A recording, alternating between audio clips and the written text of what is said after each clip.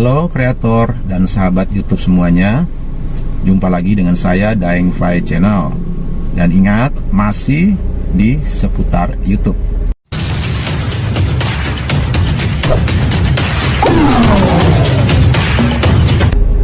Pada video saya kali ini, saya ingin membahas mengenai keadaan pasang surutnya performa channel kita sebagai konten kreator di platform YouTube ya.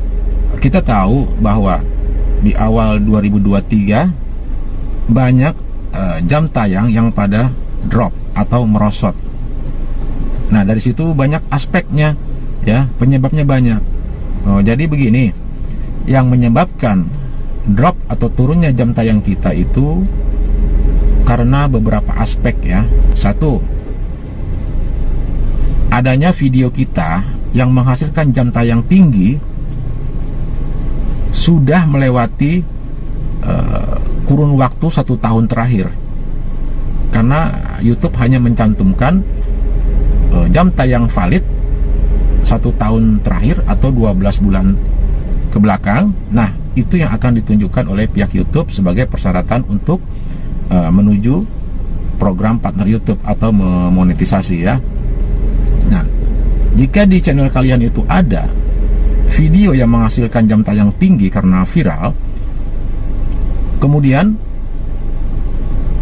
jam tayang kalian itu lagi bagus-bagusnya ya, mungkin di antara 2000 atau 3000, tiba-tiba anjlok mungkin 500, 800 jam ya, itu nggak usah bingung, karena salah satu video kalian yang booming, yang menghasilkan jam tayang banyak itu sudah melewati batas aturan pihak YouTube, yaitu 1 tahun terakhir sebagai persyaratan monetisasi.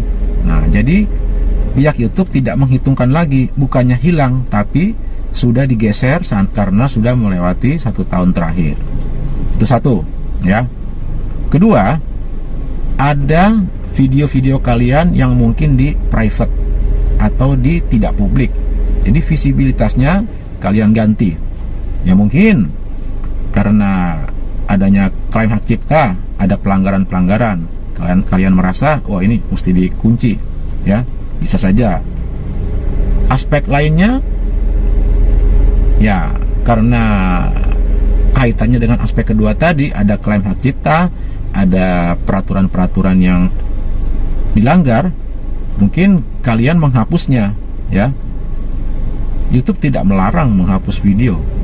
Kita sebagai konten kreator tidak dilarang menghapus video, tapi paling tidak disukai oleh YouTube kalau menghapus video. Jadi kalau ada kendala seperti itu, ada klaim hak cipta, alangkah baiknya kita buka Creator Studio yang desktop ya. Itu kita buka, lebih baik kita ambil tindakan ya. Ada 3 tindakan kita ambil. Mending kita potong ya, kita potong atau kita hapus suara yang lagu saja ya, atau kita blur, itu bisa. Kalau kita blur itu jadi video itu kita ganti semua itu metadatanya. Jadi setelah kita blur, kita ganti judulnya video blur ya, terus komentarnya kita tutup ya, dan lisensinya kita ganti, jangan lisensi YouTube standar ya, tapi lisensinya diganti dengan Creative Commons ya, lisensi Creative Commons. Aspek yang lain, karena YouTube mendeteksi bahwa kita sebagai konten kreator pernah melakukan menonton yang tidak wajar ya, atau penonton video kita menonton dengan cara yang salah ya.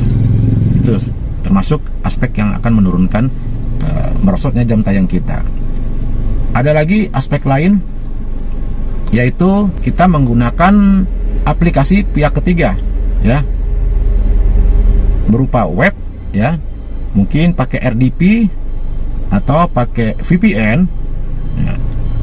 Ini jika kedeteksi sangat bahaya, fatal, dan akan dimasukkan ke traffic invalid oleh pihak YouTube, karena ini adalah hasil tonton yang tidak wajar. Jadi begitu.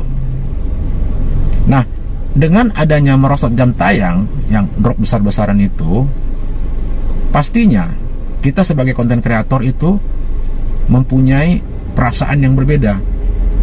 Yang kita takutkan, kita yang sudah terjun ke dunia YouTube, hanya karena dropnya jam tayang, tiba-tiba malas kita buat video, ya, malas buat konten lagi, malas syuting lagi, dengan alasan, wah percuma kita udah capek-capek, capek waktu, capek tenaga, ya, capek uang juga, segala macam. Nah, ini jangan sampai kita down. Alangkah baiknya jika ada kendala seperti itu, harus kita telisik, ya, kita telaah lagi apa penyebabnya dan bagaimana solusinya. Karena kegagalan itu kan semacam guru yang terbaik, karena kita tahu dilalanya kalau kita tidak pernah mengalami kegagalan seperti itu, ya kita nggak akan tahu, akan kaget. Nah, kalau begini kan jadi pengalaman kita bertambah. Oh, penyebabnya jam tayang ini merosot karena ini. Nah, kita cari jalan keluarnya, ya. Setiap pihak YouTube memberikan update atau kebijakan terbaru, nah kita harus bikin strategi terbaru, kita harus bikin solusi-solusi bagaimana caranya. Ingat, teruslah kita belajar, ya, belajar. Di YouTube ini kita harus saling berkunjung, saling berkomunikasi, silaturahmi, saling sharing, ya, bertukar ilmu yang kita punya sesama konten kreator. Ya, pokoknya sama-sama berjuang. Dan satu lagi yang paling penting, di akhir-akhir ini lagi hangat-hangatnya yang namanya Perpres, ya. Nah, Perpres ini adalah suatu rencana pemerintah Dewan Pers yang akan ikut campur mengurusi masalah per-YouTuban di Indonesia, ya. Nah, ini kaitannya dengan internet berarti, ya. Jadi pihak Dewan Pers ini ingin ikut campur. Jadi dia akan membuat aturan. Paling tidak dia akan menyelami algoritma YouTube, ya. Dan di situ ada pasal-pasal, ada ayat-ayat yang dia buat aturannya. Meskipun ini hanya baru wacana atau baru rancangan draft, kan ini belum ditandatangani, ya, belum disetujui antara kedua belah pihak, ya. Dan ingat, kita ambil logikanya saja, ya. Ini bicara Google dunia. Jika tetap Dewan Pers akan ikut campur tangan mengurusi algoritma YouTube, itu tidak masuk akal. Karena algoritma YouTube adalah rahasia perusahaan sebagai prosesor dunia, ya. Tidak akan YouTube memberikan algoritmanya, ya, rahasia algoritmanya ke siapapun di belahan dunia manapun. Itu tidak mungkin. Meskipun ibaratnya kalau memang harus dipaksakan begitu, yang fatal adalah tinggal pilih, YouTube menolak dan angkat kaki dari Indonesia, mati kita, internet hilang, kembali ke zaman dulu lagi, kita tidak ada internet. Ya, bukan YouTube saja, semua yang dipegang oleh Google termasuk Facebook dan sosmed lainnya mati tanpa internet. Itu makanya dengan adanya rencana kebijakan baru yang diprakarsai oleh Dewan Pers yang mau ikut campur tangan juga, saya rasa nonsen, itu tidak mungkin terjadi karena berat, ya. Nah, kita sebagai konten kreator pemula tidak usah berpikir jauh ke depan tentang Perpres itu, ya. Cukup kita berkarya, memperbanyak upload video. Jangan kecil hati, karena ini peraturan-peraturan dari Dewan Pers ini baru wacana atau rencana, ya, masih berupa draft rancangan. Ya, kita turut berdoa aja semoga ini tidak terjadi persetujuan antara kedua belah pihak.